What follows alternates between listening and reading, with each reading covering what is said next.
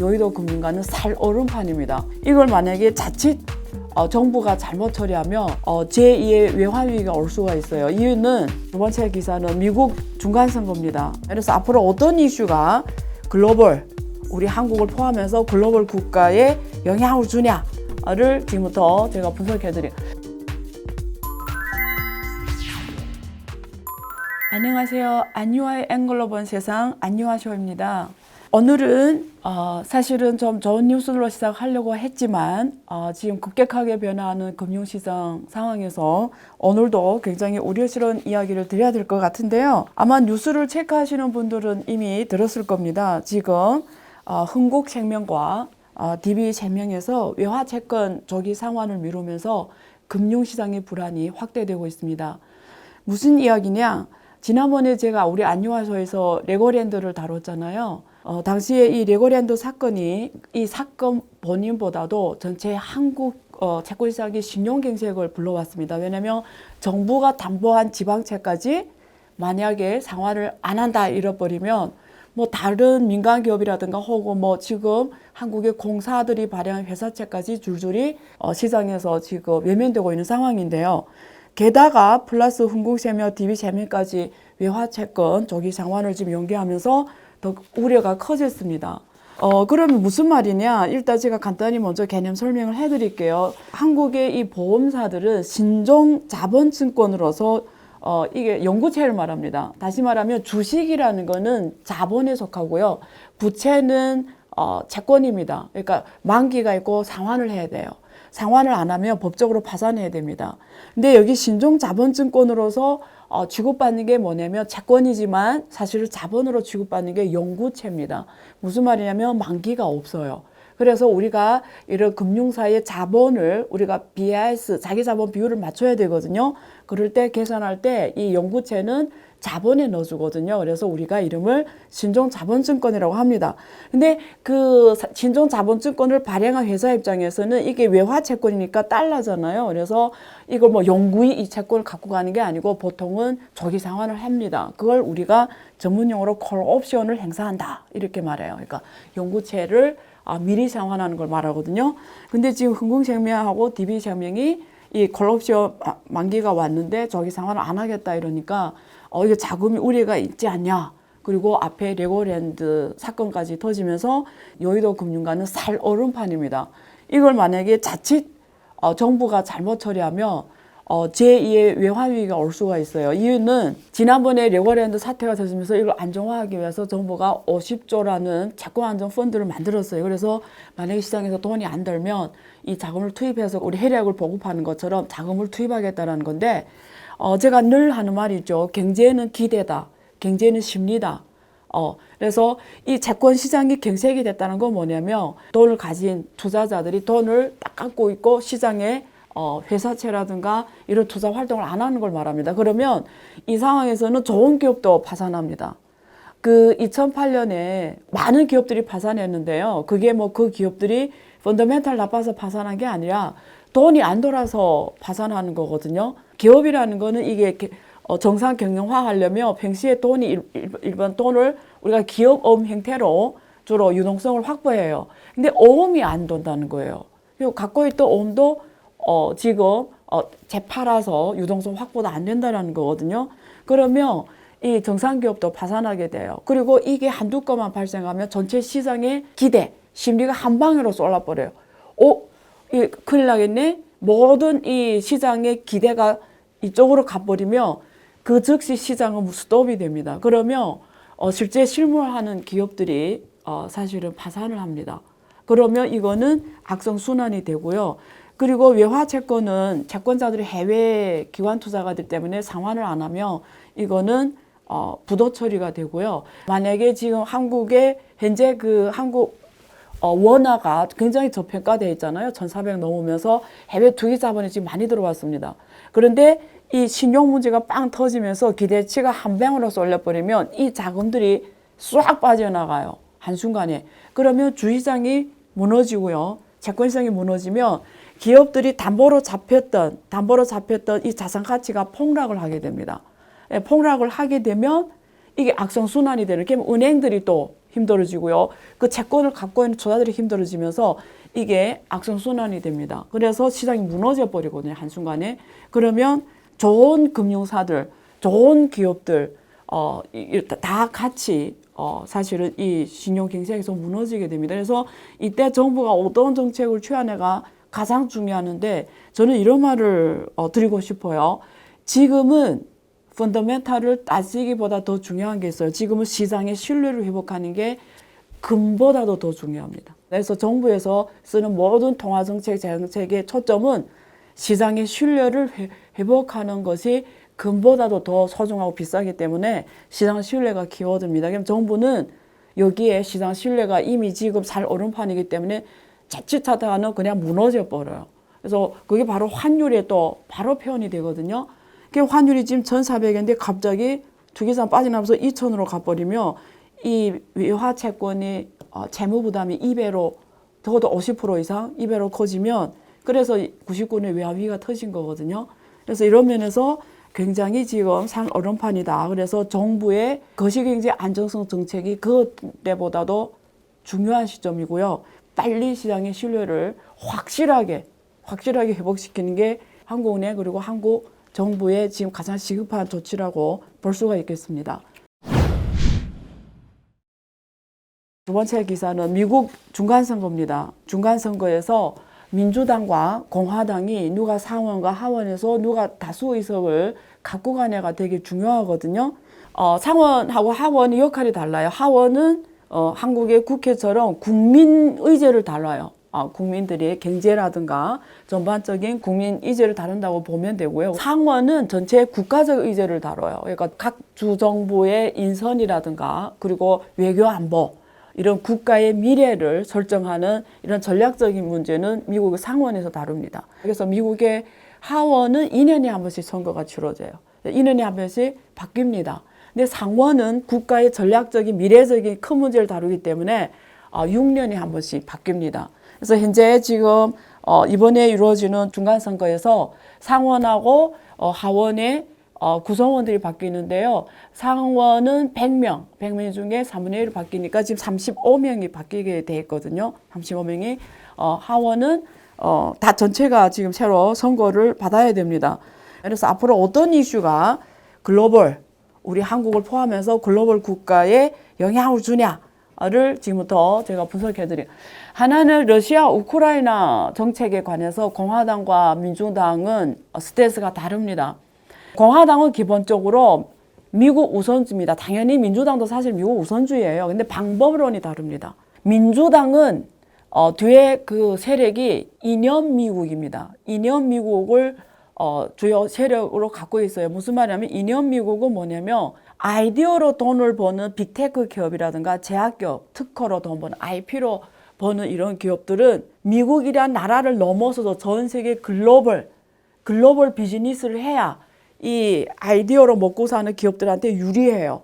그 미국이란 나라는 군사로 먹고 살고 금융으로 먹고 살고 제약산업 이런 특허로 먹고 사는 나라예요. 그렇기 때문에 미국의 주요 경제는 이 세계로 돌아가기 때문에 다 이념 미국에 속한다고 보시면 돼요. 그러니까 아이디어로 먹고 사는 애들이 지금 미국의 GDP를 만드는 애들인데 이 산업들은 세계로 나가야 왜냐면 이미 특허는 이미 다 발명이 되기 때문에 시장이 커질수록 매출이 더 들어오는 거예요.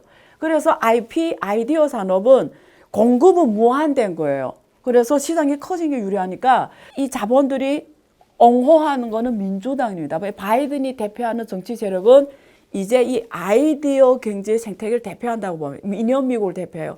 그럼 이념 미국은 전 세계로 나가는 게 유리하기 때문에 이 미국 우선주의지만 방법론이 뭐냐면 동맹입니다. 동맹. 그리고 이념. 그래서 전 세계 많은 나라들이 미국 이념을 같이 하고 세계관, 가치관을 같이 하고 동맹을 맺어서 땅은 예를 들면 뭐 일본 국가라도 사실은 일본이 거의 친미이기 때문에 일본조차도 사실은 이념 미국에 속할 수 있다라는 거죠. 그래서 미국하고 세계관, 가치관, 이념을 같이 하는 나라들은 이념 미국의 개념, 이념 미국의 범주에 들어가면서 이런 IP로 먹고 사는 기업들은 전 세계가 다 내 시장이 돼요. 그 대표적인 구글입니다. 구글은 전 세계 대부분 나라에서 구글 시장 점유율이 검색 엔진 시장 점유율이 다 80에서 90이에요. 유일하게 낮은 나라가 중국은 아예 철수해서 없고요. 한국도 구글은 사실은 상대적으로 낮은 편에 속합니다. 근데 유럽이나 이런 데서 구글은 다 90% 독점이거든요. 그래서 이런 거는 세계로 나갈수록 유리한 거지. 그래서 이거는 바이든이 민주당이 대표하는 자본 세력입니다. 그래서 민주당이 자리를 잡으면 이렇게 이념 미국을 내세우게 돼 있어요. 근데 공화당이 대표하는 미국 내 정치 경제 기반은 블루 칼라들입니다. 그러니까 전통 완전 백인 우선주의. 그래서 이렇게 블루 칼라들은 노동력을 공급하는 주체들이잖아요. 그러니까 내가 일자리 있어서 거기서 월소득을 받아서 소비를 하는 주체들입니다. 이런 블루칼라를 대표하는 정치 세력이 공화당이고요. 정통 백인 우월주의 사상을 가진 이런 사람들이기 때문에 이런 글로벌 공급망에서 미국이 세계로 나가는 걸 반대해요. 그래서 모든 게 다 미국에 와서 공장을 만들어서 이런 블루칼라들을 써야 되고 모든 게 다 미국에서 이루어져야 되고 물질적 미국 중심, 영토 중심의 미국을 강조하는 정치 세력입니다. 그래서 트럼프가 대통령 할 때 먼저 미국하고 멕시코에 장벽을 세웠잖아요. 그리고 이민을 거부합니다. 그래서 이민자들을 추출하고 될수록이면 자기네 오리지널 미국인 중심으로 나라를 가고했다는 게 공화당의 정책이거든, 이민 정책이거든. 근데 민주당 바이든이 올라온 다음에 이민 정책 되게 편하게 하면서 불법 체류자, 이민자들에 대해서 정치적으로도 제도적으로 완화를 시켜줬거든요, 바이든은. 그래서 앞으로 아시아계, 중국계, 뭐 이런 멕시코계, 미국에서 이런 이민들의 생활이 공화당에 들어오면 좀 또 트럼프 대처럼 힘들어질 거고요. 그러면서 유학, 교육 이런 것들이 굉장히 또 어려워질 수 있습니다. 그다음에 우크라이나에 대해서 공화당은 자국 중심, 미국 중심이기 때문에 세계적으로 자기가 세계 경찰하는 걸 반대합니다. 공화당은. 근데 바이든 민주당은 이념 미국을 내세우기 때문에 전 세계 질서도 미국이 경찰해야 된다고 생각하는 거예요. 러시아 우크라이나 전쟁에서 만약에 공화당이 이번에 절대 우세하면 우크라이나에 대한 지원도 조금 상황이 달라질 겁니다. 그 다음에 세 번째는 기후 문제. 바이든의 민주당은 기후변화를 엄청 전력적으로 중요하게 생각하고 파리기후협정에 바로 다시 들어와 버렸잖아요. 근데 트럼프 그때 탈퇴했잖아요. 그래서 기후변화 문제에서 공화당은 기본적으로 존재하지 않은 문제라고 생각합니다. 이거는 누가 사람 만들어 거짓말이라고 보거든요. 공화당에서는 반대하거든요. 그래서 만약에 공화당이 이번에 이기면 기후변화는 또 다시 돌아갑니다. 트럼프대로. 그래서 지금 바이든이 했던 많은 이 탈탄소 정책, 그리고 지난번에 반도체와 과학법이라는 것도 있고, 그리고 반인플레이션 감축법의 핵심도 사실 친환경 문제거든요. 이런 것들도 굉장히 사실은 무효화될 확률도 높습니다. 그리고 이번에 만약에 공화당이 확실하게 이겨버리면 트럼프가 다시 돌아오는데 길을 깔아준 거고요. 또 민주당의 바이든은 나이가 많기 때문에 그때 2년 후에 다른 사람을 내세워야 되는데 그게 트럼프하고 경쟁이 될지는 또 다른 문제이기 때문에 미국 민주주의에 대한 엄청난 도전이 새로 시작된다고 보시면 돼요. 왜냐하면 트럼프가 다시 돌아오면 작년에 트럼프 지지자들이 국회를 쳐들어갔잖아요. 그러니까 결국 미국 민주주의가 무너지는 모습을 보였는데요. 만약에 트럼프가 다시 돌아오면 결국 미국 민주주의에서 엄청난 위기가 오는 일이 또 벌어질 수도 있습니다. 그래서 민주주의와 자본주의에 대해서 또 다른 새로운 도전이 오는 시점이 될 것이고요. 현재에서 중요한 거는 만약에 이번에 공화당이 압승하게 되면 바이든이 허수아비 대통령이 되면은 앞으로 2년 동안은 국제 문제에 있어서 다 교착 상태가 되면서 이것도 아니고 저것도 아니고 이렇게 되면 친미 동맹 국가들이 어려워져요. 게다가 미중 갈등이 있기 때문에 이 일본이나 한국이나 이런 유럽이나 이런 질서 속에 있는 친미 질서 속에 있는 나라들은 많은 국제 문제에 있어서 정리가 안 되는 상황이 연출이 돼요. 그러면 이게 또다시 혼란스러운 세계 지배구조 질서가 연출이 되는 겁니다. 왜냐하면 이게 미국이 지금 지원으로서 절대 패권 국가로서 확실하게 방향이 명확하게 서야 되는데 미국이 지금 안에서 지금 50대 50으로 딱 사람이 날려가지고 모든 게 다 교착 상태로 빠져버리면 사실은 앞으로 인원은 전 세계가 그렇지 않아도 지금 전쟁 때문에 그리고 지금 인플레이션 때문에 경제가 굉장히 어려운 상황인데요. 정치 지배 구조 질서까지 이 상황이 돼버리면 세계 지배 구조 속에서 많은 지각 변동이 흔들리면서 더 혼란스러운 상황이 연출이 되겠죠. 그래서 앞으로는 앞에서 말한 이런 이슈들, 그리고 미국의 지금 국내 문제에서 재정 지출과 부채 한도 문제, 공화당은 부채 상향, 민주당은 사실은 어느 나라 비슷한 민주당이 들어오면 부채가 급격하게 증가하거든요. 근데 공화당이 여기에 대해서 부채에 대해서 제한을 주니까 또 여러 가지 미국 국내 재정 문제가 또 연출이 될 것 같아요. 그러니까 미국은 민주주의 국가고 자본주의 국가이기 때문에 정부라도 파산하거든요. 주정부가 파산한 사례가 많습니다. 그래서 잘못 가면 그 정부가 파산해서 가서 여기 뭐 시청 같은 데 가면 문을 닫을 때가 많거든요. 공무원이 출근을 안 해요. 왜냐면 월급 못 받아서 다 집에 있거든요. 그래서 만약에 파산 사례가 정부 폐쇄, 셧다운 이런 게 일어나면 사실은 또 많은 행정들이 멈춰지기 때문에 또 혼란스러운 생각도 이루어질 것으로 봅니다. 그 다음에 세금 정책인데요. 여러분 잘 아시다시피 트럼프의 그 4년은 세금을 계속 다운시켰고요.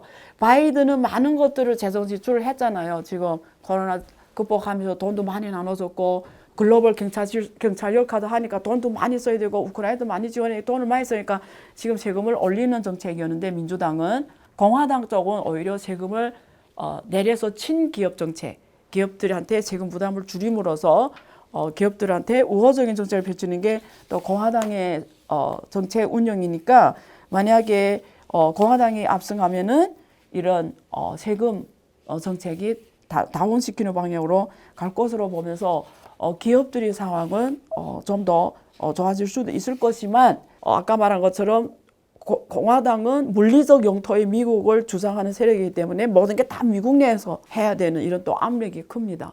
그러면 한국처럼 수출해서 먹고 사는 나라들한테는 또 만만치 않은 상황이 또 연출이 되는 거죠. 그런 면에서 또 불확성이 커질 것 같습니다. 그래서 오늘 안유화 쇼에서는 사실 경색되어 가는 한국의 금융시장, 이 속에서 정부의 입장은 시장 신뢰를 회복하는 것이 금보다 더 중요하다고 제가 강조를 드렸고요.